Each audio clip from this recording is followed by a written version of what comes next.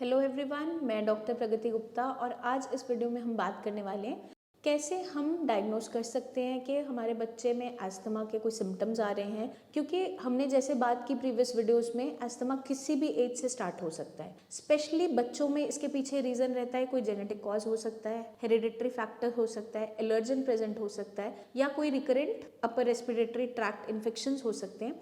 क्योंकि हमारी जो इम्यूनिटी है वो 12 से 14 साल तक पूरी पीक पे फॉर्म होती है।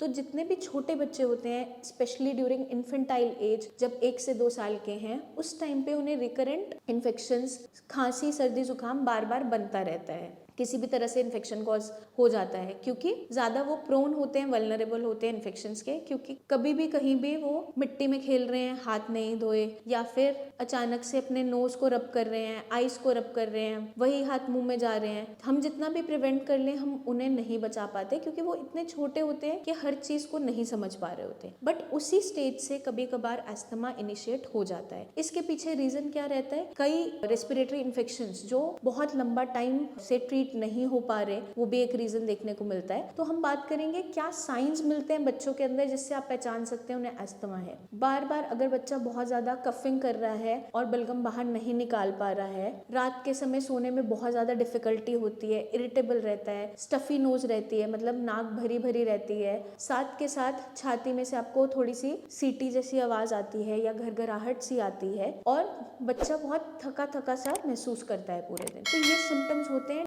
अस्थमा के।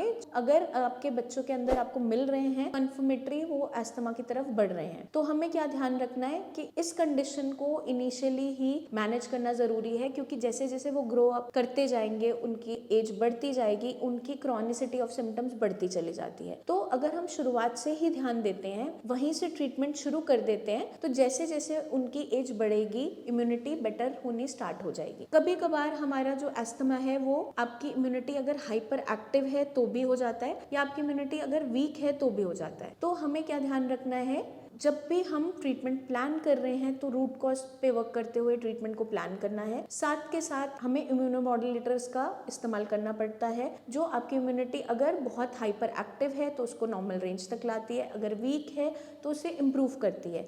यही जो हमारा लाइन ऑफ ट्रीटमेंट है ये आयुर्वेद में फॉलो होता है। इसके लिए बहुत सी हर्ब्स का इस्तेमाल किया जाता है, जो हर्ब्स हम प्रीवियसली बहुत सी वीडियोस में ऑलरेडी डिस्कस कर चुके हैं। अगर बच्चों में आपको कोई भी ऐसे सिम्टम्स मिल रहे हैं तो इसको हम इम्प्रूव कर सकते हैं बेटर लाइफस्टाइल मैनेजमेंट के साथ। जैसे कि हम बच्चों को एजुकेट कर सकते हैं बार बार हाथ धोने के लिए, और अगर वो खेल रहे हैं तो अपने नोज को, आइस को रब ना करें जब एक एज पे वो समझने लायक हो जाएं। जो इन्फेंट्स हैं बहुत छोटे हैं, उनका तो हम समझा बहुत ज्यादा नहीं पाते, बट हाँ थोड़ा केयरफुल रह सकते हैं उनके साथ। कोई भी उन्हें हैंडल कर रहा है, उन्हें खाना खिला रहा है, तो अच्छे से हाथ धोए, सैनिटाइज करे, फिर उन्हें खाना खिलाए, बॉइल्ड वाटर का इस्तेमाल करें उनको पीने के लिए। तो ये छोटी छोटी चीजें हैं, अगर हम एड ऑन करते हैं तो बच्चे इन सिम्टम्स से रिलीव होते चले जाते हैं, साथ के साथ उनकी कॉम्प्लिकेशंस बढ़ती नहीं है। आई होप ये वीडियो आपको हेल्प करेगी ये समझने में कि कैसे अस्थमा के सिम्टम्स अर्ली चाइल्डहुड के अंदर भी देखने को मिल जाते हैं। अगर आपके माइंड में कोई भी डाउट्स हैं अपनी कंडीशन को लेकर, तो नीचे दिए हुए नंबर्स पे आप कॉल करके हमारी टीम ऑफ डॉक्टर से पूछ सकते हैं। बच्चे का कोई ब्लड टेस्ट करवाएं, रिपोर्ट्स करवाएं, तो वो भी आप व्हाट्सएप कर सकते हैं। साथ के साथ कमेंट सेक्शन में कमेंट करके हमसे कोई भी क्वेरी है वो आप पूछ सकते हैं। जल्दी मिलेंगे हम नेक्स्ट वीडियोस में, तब तक के लिए अपना खास ध्यान रखिए। Take care.